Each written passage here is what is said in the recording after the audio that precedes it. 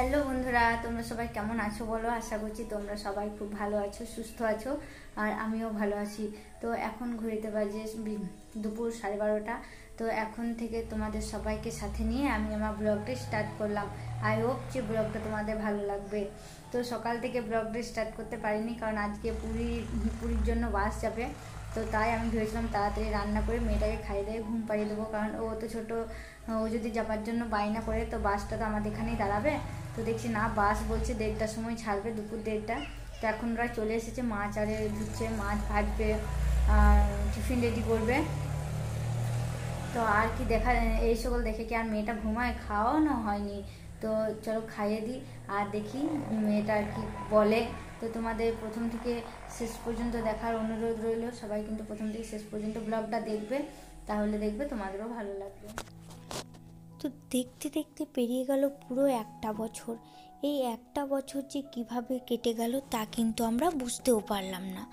আর এই যে দিনের পর দিন যাচ্ছে, মাসের পর মাস, এই যে দিনটাই কিভাবে পেরোচ্ছে তাও কিন্তু আমরা বুঝতেই পারি না। তো বন্ধুরা, তোমরা সবাই টাইটেল ও থাম্বনেল দেখে নিশ্চয়ই বুঝেই গেছো যে আজকের ভিডিওটা কী নিয়ে হতে চলেছে।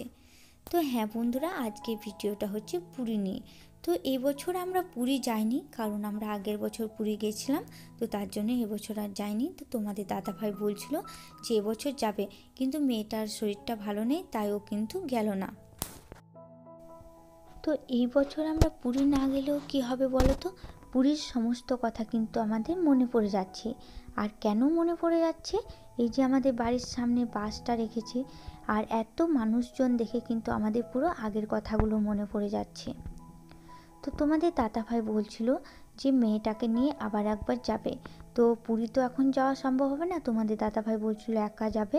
তো আমি যেতে মানা করলাম, কারণ মেয়েটার শরীর ভালো নেই, আর আগের বছর গিয়েছিল তার জন্য। তো আগের বছর যে পুরী গেছিলাম, তো মেয়েটার জন্য আমার বেশি খারাপ লাগছে। কেন জানো তো? মেয়েটা পুরী গিয়েছিল, তো সমুদ্রের জলে পাও রাখেনি ভয়ে, ওর এত। তো আমার মেয়েটার ভীষণই ভয়। আর এই যে দেখো, এখানে মাছ ভাজার জন্য ওরা মাছ ধুয়েছে। তো দেখো এখানটা কেমন, তো ওরা এখানটা ধুয়ে দিতে চেয়েছিল বন্ধুরা, তো আমি ধুতে মানা করলাম।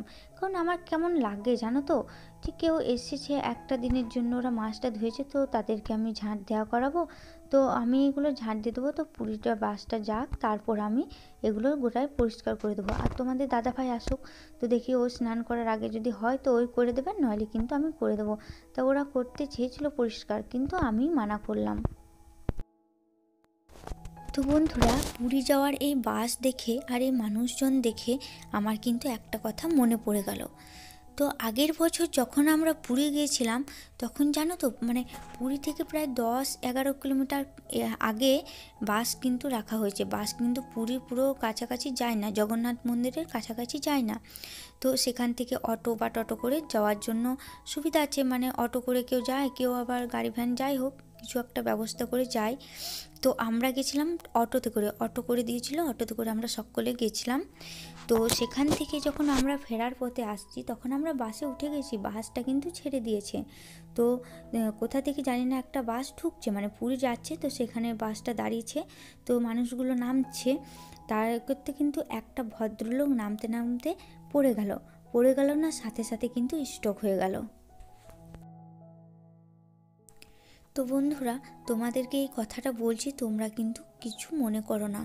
আর মনে পড়ে গেল তাই তোমাদের কথাটা বললাম। তো জানো তো, সেই দিনটা কিন্তু আমরা যখন ফেরার পথে আমাদের সকলের মন কিন্তু ভীষণই খারাপ হয়ে গেছিলো। আর এই যে দেখো একটা খুঁত হয়ে গেল, এই যে মানুষটা পুরী গেল, যাদের মানে ধরো বাড়ির মানুষ আছে, তারা কিন্তু যাওয়া বন্ধ হয়ে গেল।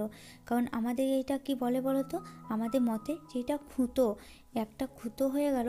তো আমরা যে জায়গাতে হয়, তো সেখান থেকে যদি কারোর জন্ম হয়, তবে কিন্তু তারা পুরী যেতে পারে। আর এদের কিন্তু কেউ আর পুরী কিন্তু যাওয়া হবে না, কারণ সেখানে গিয়ে তার মৃত্যু হলো।